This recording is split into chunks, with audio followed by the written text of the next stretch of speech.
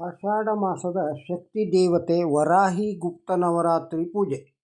ವರ್ಷ ಋತುವಿನ ಆರಂಭದ ಆಷಾಢ ಮಾಸದ ಈ ಕಾಲವನ್ನು ದಕ್ಷಿಣಾಯನ ಕಾಲ ಎಂದು ಕರೆಯುತ್ತಾರೆ. ಆಷಾಢ ಮಾಸವು ಶಕ್ತಿ ದೇವತೆ ಆರಾಧನೆಗೆ ಶ್ರೇಷ್ಠವಾದ ಪರ್ವಕಾಲವಾಗಿದೆ. ಈ ಕಾಲದಲ್ಲಿ ದೇವತೆಗಳ ಆರಾಧನೆಗಳು ಜಾಸ್ತಿ ಇರುತ್ತದೆ.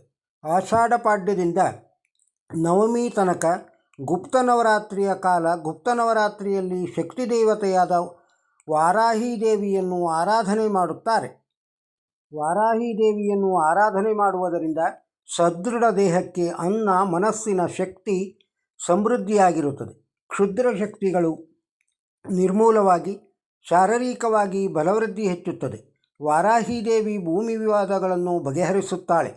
ವಾರಾಹಿ ಅಂದರೆ ನವರಾತ್ರಿಯ ಆರಾಧನೆಯನ್ನು ರಾತ್ರಿ ಮಾಡಬೇಕು.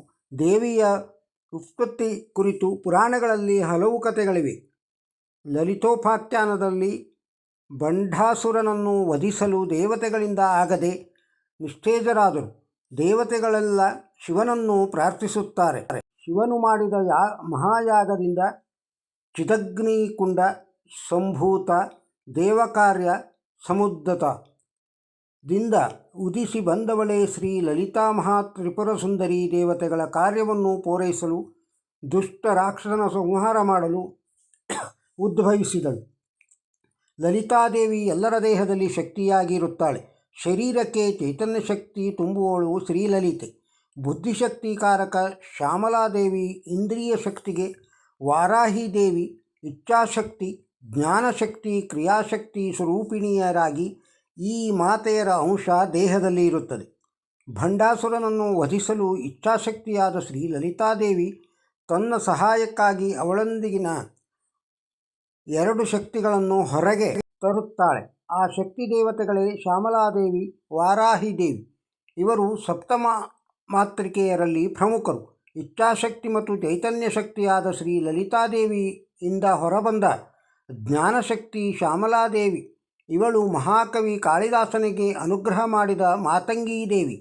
ಲಲಿತಾದೇವಿ ತನ್ನ ಶ್ರೀಮನ್ನಗರ ಸಾಮ್ರಾಜ್ಯದ ಪ್ರಧಾನಮಂತ್ರಿ ಪದವಿ ಮುದ್ರಿಕೆಯನ್ನು ಶ್ಯಾಮಲಾದೇವಿಗೆ ಕೊಟ್ಟು ಜೊತೆಗೆ 7 ಆವರಣಗಳುಳ್ಳ ರಥವನ್ನು ಗೇಯಚಕ್ರ ರಥಾರೂಢ ಸರ್ವಾಯುಧ ಪರಿಷ್ಕೃತ ಮಂತ್ರಿಣೀ ಪರಿಸವಿತ ಅನುಗ್ರಹಿಸುತ್ತಾಳೆ.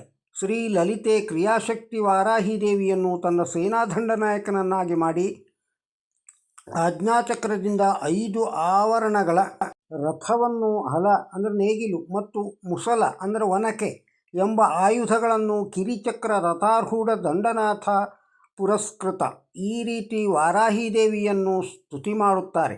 ನಂತರ ಶ್ಯಾಮಲಾದೇವಿ ಮತ್ತು ವಾರಾಹಿ ದೇವಿಯರು ಭಂಡಾಸುರ ಪುತ್ರ ವಿಶುಂಗ ಮಮಕಾರ ಮಂತ್ರಿಯಾದ ವಿಶುಕ್ರನ ಅಹಂಕಾರ ಪ್ರಾಣಹರಣವನ್ನು ಮಾಡಿದರು. ಕಾಮ ಎಂಬ ಅವಿದ್ಯೆಗೆ ಮೂಲ ಶಕ್ತಿಯಾದ ಭಂಡಾಸುರನನ್ನು ಶ್ರೀ ಲಲಿತಾದೇವಿ ವಧಿಸಿದಳು.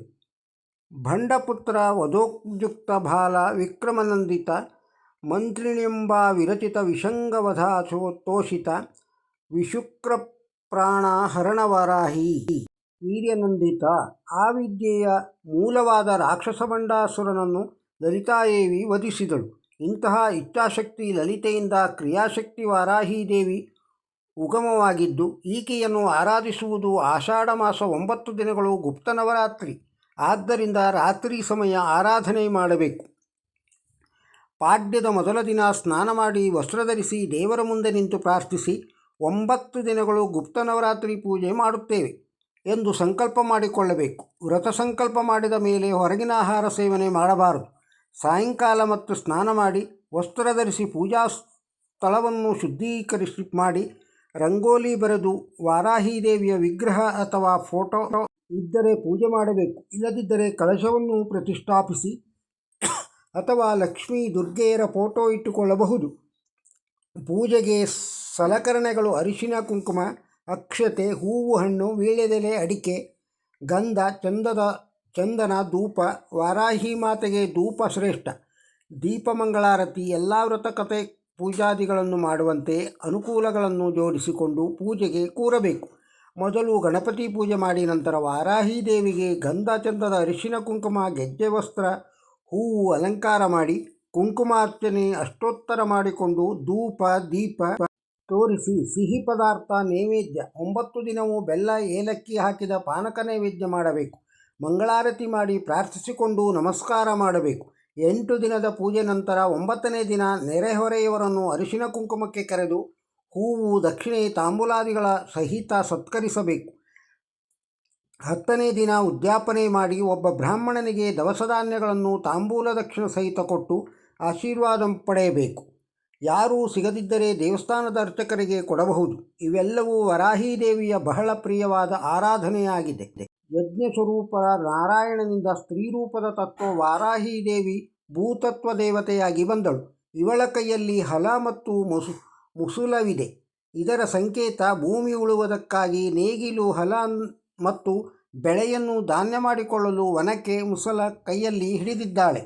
ಭೂತತ್ವವಾದ ವಾರಾಹಿ ದೇವಿಯನ್ನು ಭೂವಿವಾದ ಬಗೆಹರಿಸಲು, ಜಗಳ ವ್ಯಾಪಾರಿ ಸಂಬಂಧ ತೊಂದರೆ ಹಾಗೂ ಮಾಟಮಂತ್ರ ಪ್ರಯೋಗ ನಿಗ್ರಹಿಸಲು ಆರಾಧಿಸುತ್ತಾರೆ. ಈ ವ್ರತವನ್ನು ಮಾಡುವವರು 9 ದಿನಗಳು ಸಾತ್ವಿಕ ಆಹಾರ ಸೇವಿಸಬೇಕು. ಚಾಪೆ ಮೇಲೆ ಒಬ್ಬರೇ ಮಲಗಬೇಕು. ಅನಾವಶ್ಯಕವಾಗಿ ಮಾತನಾಡಬಾರದು. ಕೋಪ ತಾಪಗಳು ಇರಬಾರದು. ಲಲಿತಾ ಸಹಸ್ರನಾಮ ಓದಬೇಕು. ಎಷ್ಟು ಸಾಧ್ಯವೋ ಅಷ್ಟು ಸಮಾಧಾನ ಚಿತ್ತದಿಂದ ಪೂಜೆಯನ್ನು ನೆರವೇರಿಸಿ ವಾರಾಹಿ ದೇವಿಯ ಅನುಗ್ರಹಕ್ಕೆ ಪಾತ್ರರಾಗಬೇಕು. ಈ ವಿಡಿಯೋದಲ್ಲಿರುವ ಮಾಹಿತಿ ನಿಮಗೆ ಇಷ್ಟವಾಗಿದ್ದರೆ ಒಂದು ಲೈಕ್ ಕೊಡಿ. ಇದನ್ನು ಇತರರಿಗೂ ಶೇರ್ ಮಾಡಿ. ನಮ್ಮ ಚಾನಲ್ಗೆ ಸಬ್ಸ್ಕ್ರೈಬ್ ಆಗದೇ ಇದ್ದರೆ ಸಬ್ಸ್ಕ್ರೈಬ್ ಆಗಿ. ನಮಸ್ಕಾರ.